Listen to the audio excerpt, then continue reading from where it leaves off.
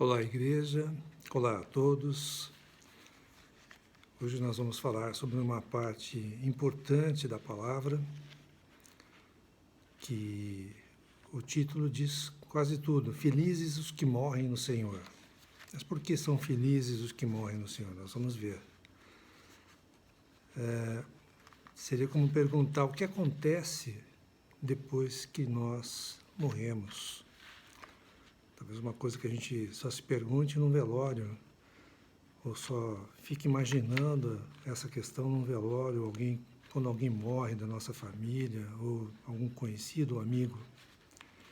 Então nós vamos ver hoje sobre isso aí. Qual a condição dos que morrem no Senhor? Para onde vão? E o que acontece após a morte com os que são salvos e o que acontece com os que não são salvos? Nós vamos tentar responder essas questões durante essa apresentação. Em Apocalipse 14, 13, nós temos: Então ouvi uma voz do céu dizendo: Escreve, bem-aventurados os mortos que desde agora morrem no Senhor. Sim, diz o Espírito, para que descansem das suas fadigas, pois as suas obras os acompanham. Então, são felizes. Bem-aventurados quer dizer felizes, são felizes os que morrem no Senhor. Sim, diz o Espírito, porque eles descansam e as suas obras os acompanham. Quem não crer em Jesus Cristo nesta vida como seu Senhor e Salvador, morre nos seus próprios pecados. Não morrem felizes, mas morrem nos seus próprios pecados.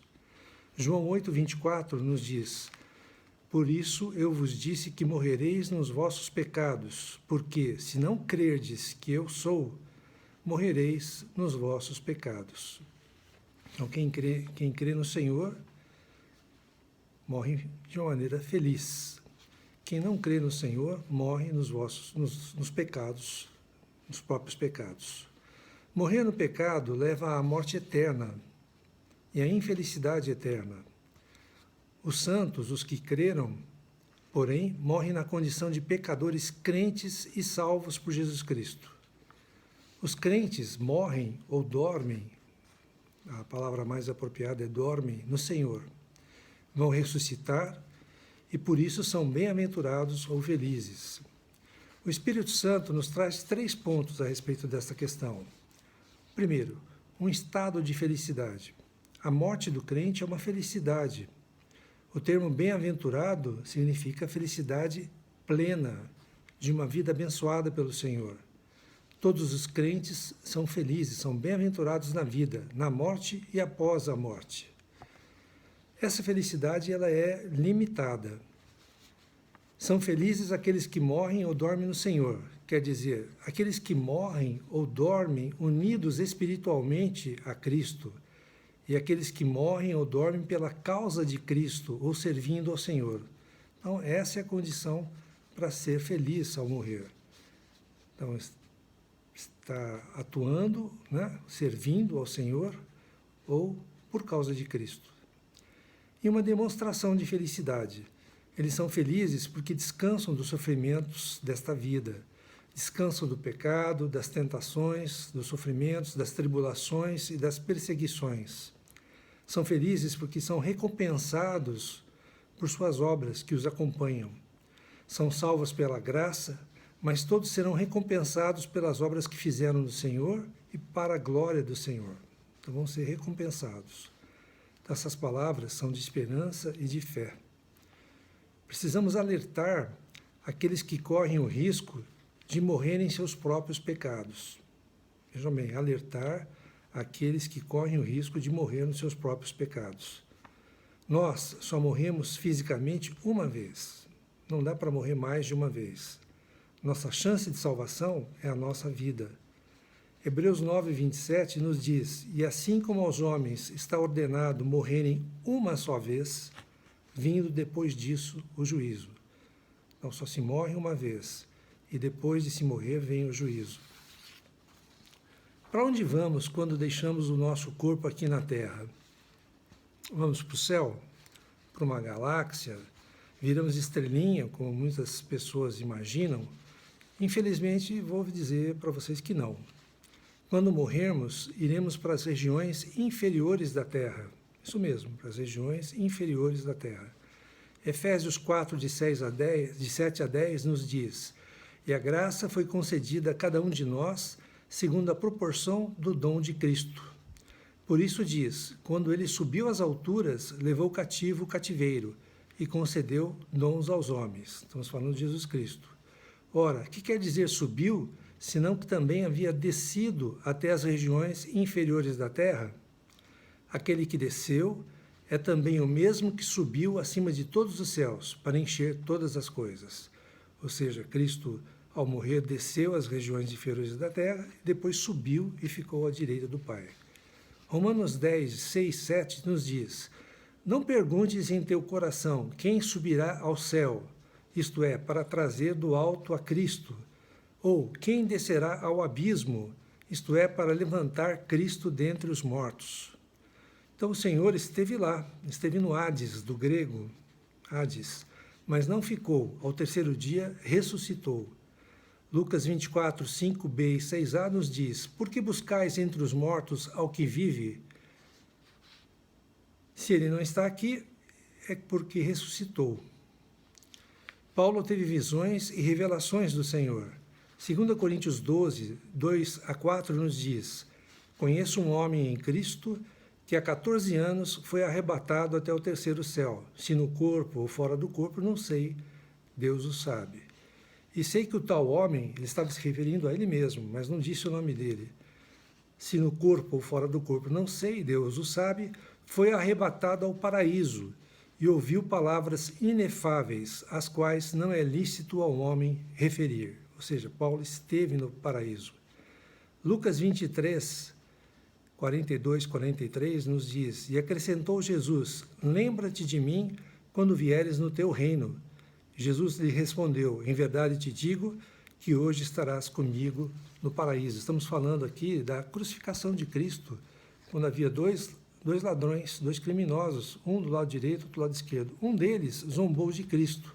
Já o outro creu em Cristo. E aí Cristo disse: Hoje mesmo estará comigo no paraíso. Mas a outra parte, não é só o paraíso.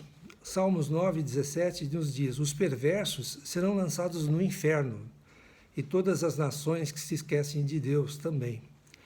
O Hades, que vem do grego, esta região no interior da terra, é composto de uma parte boa, o paraíso, e uma parte de tormentos, o inferno, do original Geena, onde o fogo nunca se apaga.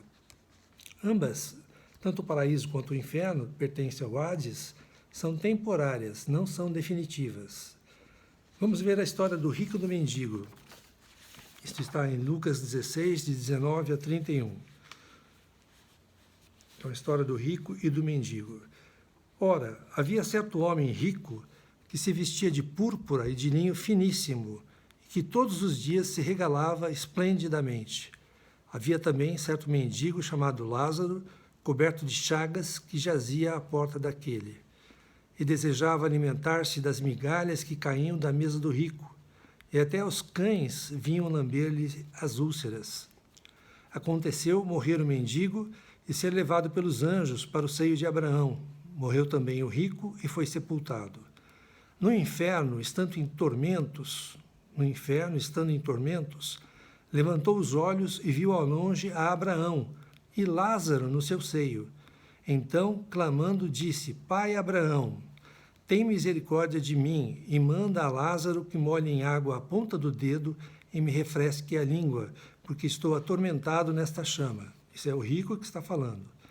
Disse, porém, a Abraão: Filho, lembra-te de que recebeste os teus bens em tua vida, e Lázaro igualmente os males. Agora, porém, aquele está consolado, tu em tormentos. E, além de tudo, está posto um grande abismo entre nós e vós, de sorte que os que querem passar daqui para vós outros não podem, nem os de lá passar para nós. Então replicou: Pai, eu te imploro que o mandes à minha casa paterna, porque tenho 5 irmãos, para que lhes dê testemunho, a fim de não virem também para esse lugar de tormento. Respondeu Abraão: eles têm Moisés e os profetas. Ouçam-nos. Moisés e os profetas no Antigo Testamento significava a Bíblia. Mas ele insistiu: não, pai Abraão, se alguém dentre os mortos for ter com eles, arrepender-se-ão. Abraão, porém, lhe respondeu: se não ouvem a Moisés e aos profetas, a Bíblia, tampouco se deixarão persuadir, ainda que, não quer dizer que aconteça, ainda que ressuscite alguém dentre os mortos. Então, essa é uma passagem bastante significativa. Quando eu li a primeira vez, fiquei muito impressionado mesmo, porque reflete duas situações, de uma pessoa rica que não tinha o Senhor e de um pobre cheio de problemas, né, de úlceras, de chagas, que tinha crido no Senhor. Então, são duas pessoas diferentes, e ao morrerem, as duas foram para lugares diferentes. O rico foi para o inferno, onde tinha muito calor, que ele sofria com esse calor, e o mendigo foi para o seio de Abraão, né? Ele foi confortado por Abraão, que estava lá esperando, onde estão todos, aliás, que dormiram no Senhor e aguardam a segunda vinda de Cristo. Todos estão no paraíso. Quem ressuscitou foi Jesus Cristo. Não houve mais ninguém, exceto quando o Senhor foi crucificado, e houve um grande estrondo, né? E alguns túmulos foram removidos e os cadáveres acabaram ressuscitando. Mas fora essa questão, fora essa situação que está na Bíblia, ninguém mais ressuscitou. E então Lázaro estava no seio de Abraão, que o recebeu, e o rico estava em tormentos. E eles se viam. Poxa, mas como se viam? O corpo voltou para o pó, a gente vai ver. O espírito volta a Deus. Mas a nossa alma está nesse lugar, nas regiões inferiores da terra. E lá há um abismo entre os que creram no Senhor e os que não creram no Senhor. E pelo que a palavra diz, eles se veem. E qual seria, sim, a minha tristeza, a minha decepção, a minha angústia em ver, por exemplo, um parente meu do outro lado, um ente querido do outro lado, um amigo do outro lado, e eu não poder fazer nada, porque a distância, o abismo, não permite que se toquem, que se ajudem, e não há o que fazer. A pessoa que não creu vai para essa região de tormento, a pessoa que creu vai para o paraíso, vai para o seio de Abraão. Nós vamos ter a salvação do nosso corpo, da nossa alma e do nosso espírito. Quando cremos, o espírito é imediatamente preenchido por Deus. 1 Coríntios 6,17 diz: mas aquele que se une ao Senhor é um espírito com Ele. A situação do nosso espírito está resolvida. Nosso espírito está preenchido pelo Espírito de Deus e está salvo. Já o espírito que não recebeu o Senhor permanece vazio. E quando morrer, se infere que ele volte para Deus, porque somente Deus pode habitar no espírito. O espírito pertence a Deus. Então, se ele não está preenchido, volta para Deus. Se ele está preenchido, né, se nós cremos, está resolvido o nosso espírito. O corpo, tanto do que crê quanto do que não creu, volta ao pó. Gênesis 3,19 diz: porque tu és pó, e ao pó retornarás. Entretanto, teremos um corpo de glória quando o Senhor voltar. Isso os que creram vão ter o corpo de glória. 1 Coríntios 15, 51, 52 diz: eis que vos digo um mistério. Nem todos dormiremos, mas transformados seremos todos. No momento, no abrir e fechar de olhos, ao ressoar da última trombeta, a trombeta soará, os mortos ressuscitarão incorruptíveis e nós seremos transformados. Então, os que creram vão ao encontro do Senhor, os que não creram, lá no final, vão ser julgados também. Isso será necessário porque todos nós seremos julgados nos ares perante o tribunal de Cristo, isto para os salvos. 2 Coríntios 5,10 diz: porque importa que todos nós compareçamos perante o tribunal de Cristo, para que cada um receba segundo o bem ou o mal que tiver feito por meio do corpo. 1 Tessalonicenses 4, 13 a 18, nos dá uma melhor explicação a respeito disso. Fala da situação dos mortos em Cristo e a vinda do Senhor. Não queremos, porém, irmãos, que sejais ignorantes com respeito aos que dormem, para não vos entristecerdes como os demais que não têm esperança. Quando as pessoas morrem, muitas vezes as pessoas se desesperam. Versículo 14. Pois se cremos que Jesus morreu e ressuscitou, assim também Deus, mediante Jesus, trará em sua companhia os que dormem. Ora, ainda vos declaramos por palavras do Senhor, isto, nós, os vivos, os que ficarmos até a vinda do Senhor, de modo algum precederemos os que dormem ressuscitarão primeiro. Porquanto o Senhor mesmo, dada a sua palavra de ordem, ouvida a voz do arcanjo e ressoada a trombeta de Deus, descerá dos céus, e os mortos em Cristo ressuscitarão primeiro. Depois nós, os vivos, os que ficarmos, seremos arrebatados juntamente com eles, entre nuvens, para o encontro do Senhor nos ares, e assim estaremos para sempre com o Senhor. Consolai-vos, pois, uns aos outros com estas palavras. Ou seja, os que dormem no Senhor vão ressuscitar e vão se encontrar com o Senhor nos ares, primeiro do que os que ficarem na vinda do Senhor, que serão arrebatados, irão ao encontro com o Senhor nos ares depois dos mortos, no Senhor. A nossa responsabilidade, portanto, se nós temos o espírito salvo e o corpo já, um corpo de glória para encontrar com o Senhor nos ares, a nossa responsabilidade é a salvação da nossa alma.